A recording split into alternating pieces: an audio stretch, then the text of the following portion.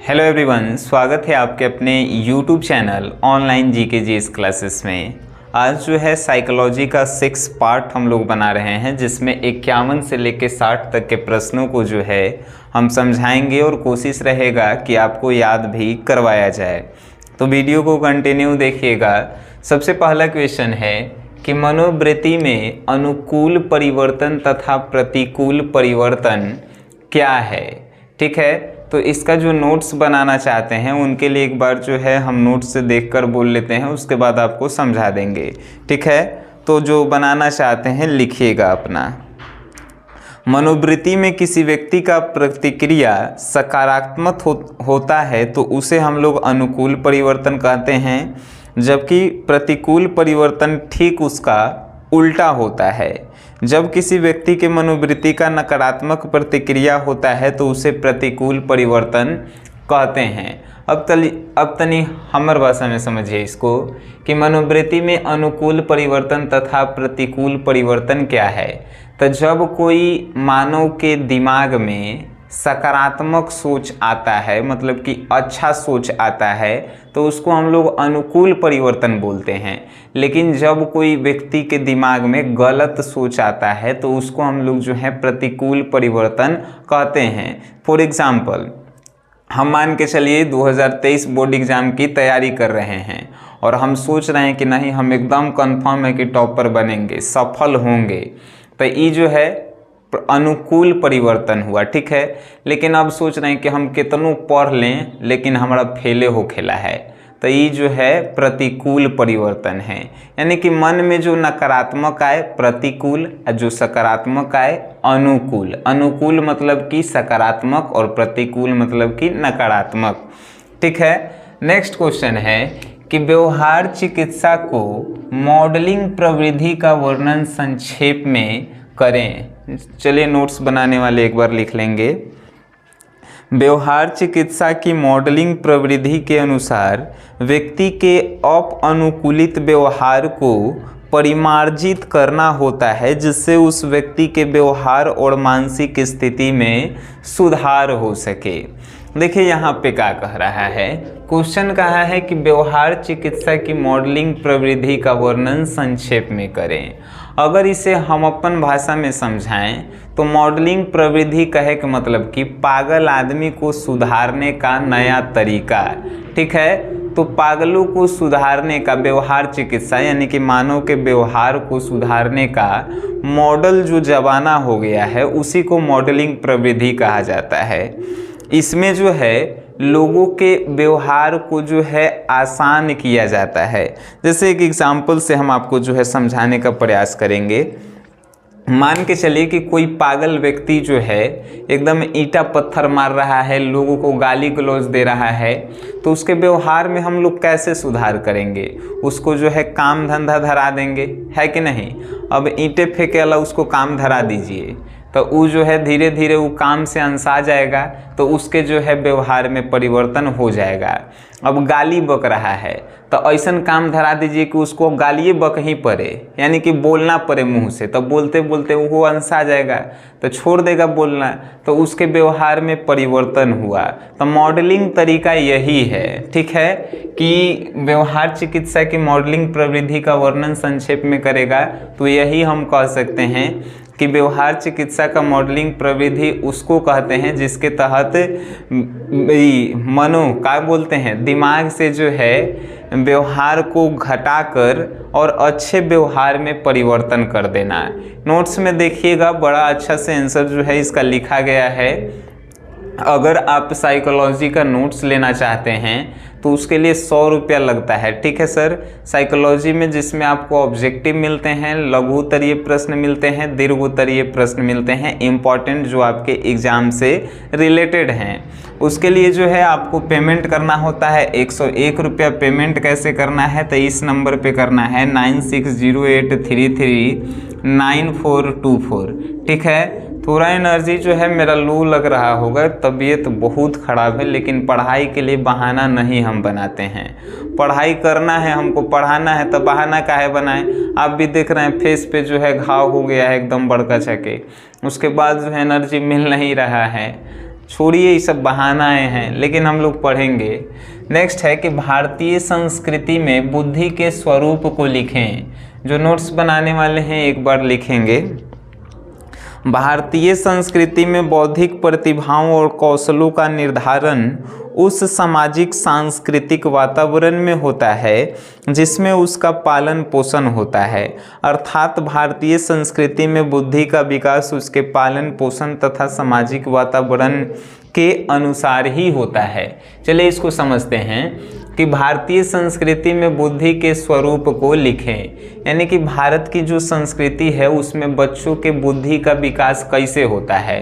तो देखिएगा, गांव में रहे वाला लड़का जो है सियानो हुईला के बाद जो है रे गालिए गलौज करता है, लेकिन आप ही के घर में से कोई शहर में रह रहा है तो उन्हीं के लड़कन देखिएगा गांव में आएगा तो हिंदी में बात करेगा।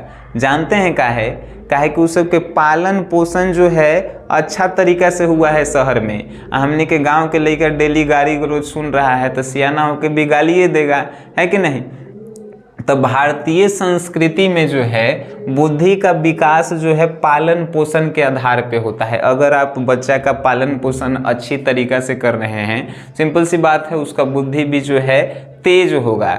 जो आप गंदा अगर पालन पोषण कर रहे हैं, गंदा का एक मतलब कि लड़के के सामने माई बाबू गाली गलौज कर रहा है, लड़ाई कर रहा है, तो उसका जो है गलत पालन पोषण हो रहा है। तो भारतीय संस्कृति में जो है पालन पोषण के आधार पर बुद्धि का विकास होता है। चलिए नेक्स्ट हम क्वेश्चन को बात करते हैं। बहिर्मुखी प्रकार के व्यक्तित्व का वर्णन करें। ये बहिर्मुखी मतलब कि ने कि कान से बहिर होके, बहिर्मुखी बारे में थोड़ा लिख लेते हैं, आप लोग लिख लीजिए।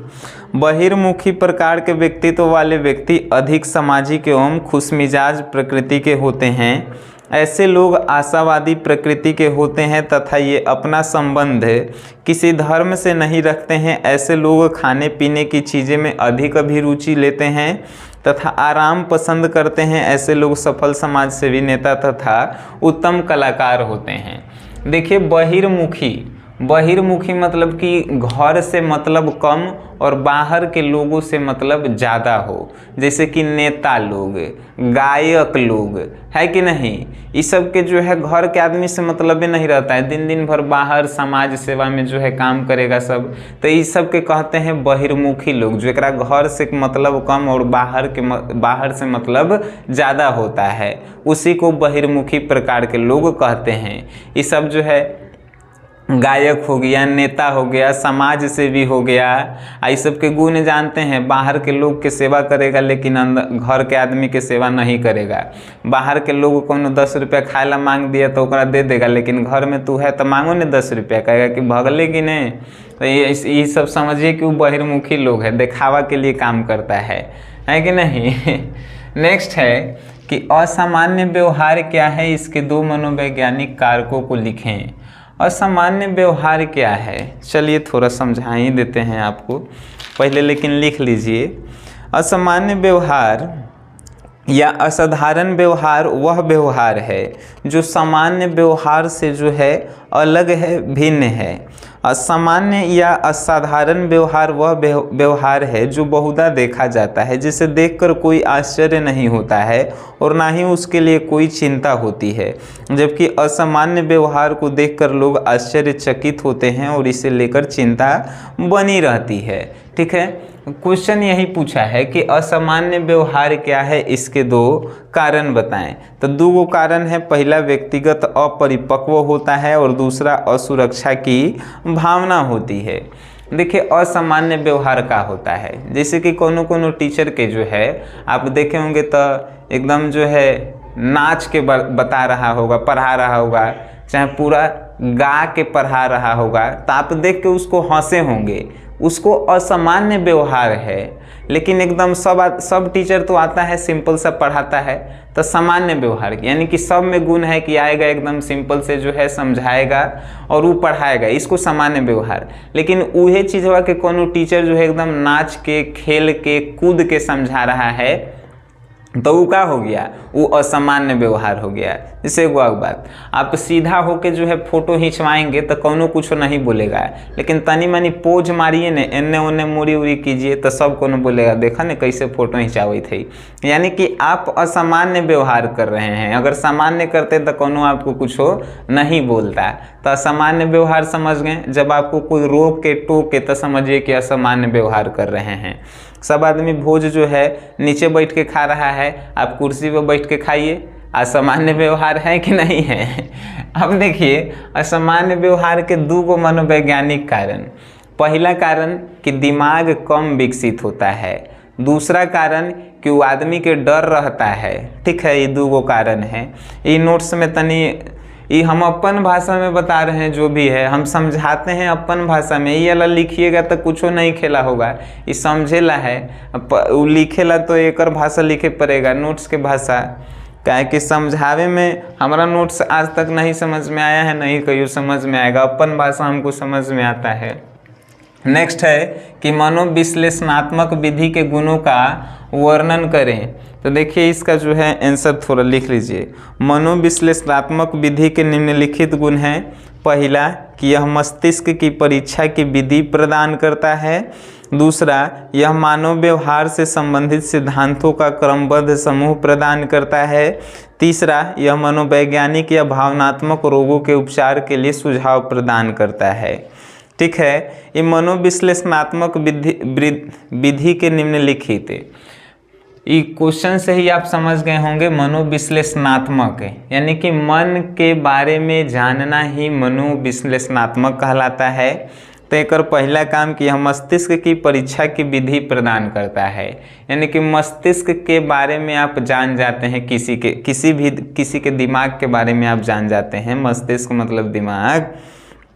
दूसरा, यह मानव व्यवहार से संबंधित है सिद्धांतों का क्रमबद्ध समूह प्रदान करता है, यानी कि मानव के व्यवहार से भी आप जान जाएंगे। जब आप में जो है मनोविश्लेषणात्मक होगा तो आप मनुष्य के व्यवहार से जान जाएंगे कि वो पागल है कि वो नीमन है। ये सब जो है आप लिख लीजिएगा। नेक्स्ट है कि मनोवृत्ति निर्माण में सांस्कृतिक कारकों का वर्णन करें, यानी कि मनोवृत्ति निर्माण में सांस्कृतिक कारकों का क्या वर्णन है, इसके बारे में बताइए। तो मनोवृत्ति निर्माण में सांस्कृतिक कारकों का अहम भूमिका होता है। लिखना है तो लिख सकते हैं, क्योंकि सांस्कृतिक कार्यक्रमों को देखकर ही किसी बच्चा का मनोवृत्ति का विकास होता है। जिस प्रकार सांस्कृतिक कार्यक्रमों में बच्चे के माता पिता व्यवहार करते हैं, अपने बड़े छोटे के साथ उसी प्रकार बच्चे भी सीखते हैं और व्यवहार करते हैं, जिससे यह स्पष्ट होता है कि मनोवृत्ति में सांस्कृतिक कारणों का योगदान होता है। देखिए, अब एक अपन भाषा में हम समझाते हैं कि मनोवृत्ति निर्माण में सांस्कृतिक कार्यक्रम कहिए या चाहे कारक कहिए, उसका वर्णन कीजिए। आप कभी देखे होंगे कि बच्चा जो है, अगर उसके माता पिता दाहिने हाथ से खा रहे हैं तो बच्चा भी जो है दाहिने हाथ से खाएगा। अगर उसके माता पिता जिस तरह के ड्रेस पहन रहे हैं वैसने जो है बच्चा ड्रेस पहनेगा। जैसे ओकर माता पिता डांस करेंगे वैसे ही जो है वो डांस करेगा। जैसे जैसे माता पिता बोलते हैं वैसे वैसे ओहो बोले के प्रयास करता है। इससे हम क्या समझें? इससे हम यही समझें कि मनोवृत्ति निर्माण में सांस्कृतिक कार्यक्रमों का बहुत ज़्यादा योगदान होता है। संस्कृति कह सकते हैं या संस्कृति, यहाँ पे संस्कृति भी हम लोग कह सकते हैं सांस्कृतिक को। ठीक है, तो संस्कृति का जो है बहुत ज़्यादा महत्व होता है। हमनी के अपन माई बाबू के देख के जो है सीखते हैं कि माई बाबू ऐसे कर रहा है तो हम वैसे ही करेंगे। यानी कि दिमाग के बढ़े में जो है सांस्कृतिक कार्यक्रम और संस्कृति का महत्व होता है। यहाँ यह पूछा है कि मनोवृत्ति निर्माण में सांस्कृतिक कारकों का वर्णन करें कि कौन कौन सा ऐसा कारण है सांस्कृतिक जिससे दिमाग की जो है वृद्धि होती है। ठीक है ना सर, बहुत सारा कारण है। नाच, जैसे नाचता है सब वैसे ही लइकन भी जो है नाचना सीखता है सब। जैसे गाता है सब सियान आदमी वैसे ही जो है गाना सीखता है सब लड़का लोग, है कि नहीं। बहुत सारा जो है महत्व है। नेक्स्ट है कि गौण समूह की विशेषताओं का वर्णन करें। व्हाट इज गौण समूह? तो थोड़ा इसके बारे में जानते हैं। गौण समूह अथवा द्वितीयक समूह की निम्नलिखित विशेषताएं होती है। इन समूहों में व्यक्तियों की संख्या सर्वाधिक होती है। इन समूहों के सदस्यों में घनिष्ठ संबंध नहीं होता। प्राथमिक समूह की तुलना में यह कम टिकाऊ समूह होता है। इन समूहों के सदस्यों में एकता का अभाव होता है। इन समूहों के सदस्यों में घमंड ज़्यादा होता है। देखिए ये सब जो है गुण हैं गौण समूह के, ठीक है। और पूछा भी है कि विशेषताओं का वर्णन करें और वही बताया गया है। लेकिन आपके मन में प्रश्न ये चल रहा है कि गौण समूह होता क्या है। गौण समूह उस समूह को कहते हैं जिसके बारे में आप जानते नहीं हैं, लेकिन वो सब जो है समूह में एक्चुअल में होता है और सब अपन अपन जो है घमंडे में फूलल रहता है, सब ओकरे गौण समूह कहते हैं। जैसे कि आप जो हैं अगर कॉलेज में चाहे स्कूल में पढ़े होंगे तब 5-6 गो के ऐसा ग्रुप होगा कि उसके बारे में कोनो जानता नहीं है कि सब ग्रुपों में रहता है सब, लेकिन वो सब ग्रुप में रहता है और सब अपने अपने में पावरफुल है सब, ओकरा हम लोग गौण समूह कह सकते हैं। ऐसा लड़का लोग के 4-5 गो जो है ग्रुप होता है जरा आपको लगेगा कि ये सब कोनो ग्रुप में नहीं है, अपन अपन में जो है ये सब घमंडे में है सब, लेकिन वो सब ग्रुप में रहता है सब। जहिया मार होगा सब, जहिया जो है वो सब बताएगा सब कि हमनी के का हियाँ सब ओकरे गौण समूह कि भीतर घा ही रहता है सब, गौण समूह वाला है। नेक्स्ट क्वेश्चन है कि भूभाग्यता या प्रादेशिकता से आप क्या समझते हैं। भूभाग्यता या प्रादेशिकता से आप क्या समझते हैं। देखिए अगर जो लिखना चाहते हैं, भूभाग्यता या प्रादेशिकता से हम यह समझते हैं कि निश्चित भूभाग पर किसी प्रदेश का अधिकार होना, जैसे कि बिहार प्रदेश के जिले प्रदेश के अंतर्गत आते हैं, जबकि जिले की भूमि निश्चित भूभाग होती है अलग अलग जिलों की, ठीक है। भूभाग्यता या प्रादेशिकता से हम आप क्या समझते हैं। तो भूभाग्यता मतलब कि हमर जमीन पे जो है मेरा पर्सनल अधिकार होना भूभाग्यता है, और प्रादेशिकता मतलब कि जमीन पे किसी प्रदेश का जो है अधिकार होना। जैसे कि बिहार में जो भी भूमि है ओकरा पर केकर अधिकार है, बिहार सरकार के अधिकार है, और जौन जिला में है वो जिला के जो है अंतर्गत जो कोर्ट है वो कर अधिकार है कि नहीं। देखे होंगे कि कहीं कहीं जो है कोर्ट क्या करता है कि अगर रास्ता नली बनाना होता है तो अपने मन से ऊपर घर द्वार तुरवा देता है। काहे कि अधिकार है आपको, कितना भी आप ज़मीन खरीद लीजिए, सरकार जब चाहे कि जब आपको पैसा उतना दे के तुरवा सकती है, उसका अधिकार है। उसे ही हम लोग बोलते हैं प्रादेशिकता, काहे कि जब जरूरी पड़ गया वो आपका जो है घर द्वार सब तुरवा देगा। नेक्स्ट है कि साक्षात्कार कौशल से आप क्या समझते हैं। साक्षात्कार कौशल होता क्या है। तो साक्षात्कार कौशल एक ऐसी कौशल है जिसमें हम किसी भी व्यक्ति के विचारों और प्रतिक्रियाओं को लिखने के बजाय उसके सम्मुख रहकर बातचीत करके प्राप्त करते हैं। साक्षात्कार कौशल से आपको अगर हम बताएं तो देखिए, साक्षात्कार इंटरव्यू में कोनो जो है लिखित परीक्षा नहीं होता है। साक्षात्कार कौशल उस कौशल को कहते हैं कि किसी व्यक्ति को देख के ही उस व्यक्ति के बारे में जानना साक्षात्कार कहलाता है, ठीक है। यही हमर अपन परिभाषा है कि किसी व्यक्ति को देखकर ही उसके देखकर और सुनकर उस व्यक्ति के बारे में जानना ही साक्षात्कार कौशल कहलाता है। अब हमें पूरा विश्वास है कि 10 क्वेश्चंस जो है आप अपनी भाषा में समझ गए होंगे, और रियल में साइकोलॉजी दुनिया के सबसे आसान सब्जेक्ट में से सबसे ऊपर पे आता है, यानी सबसे आसान ये हमारा लगता है। तो इसको जो है आप और भी आसान से पढ़ सकते हैं अगर आप एक बार नोट्स लीजिए, नोट्स को रीडिंग कीजिए और एक बार वीडियो देखिए, आप कभी भी नहीं भूल पाएंगे। और वीडियो अच्छा लगा है तो साइकोलॉजी के उन स्टूडेंट तक शेयर कीजिए जिनको साइकोलॉजी हार्ड लगता है। वीडियो देखें उसके लिए धन्यवाद।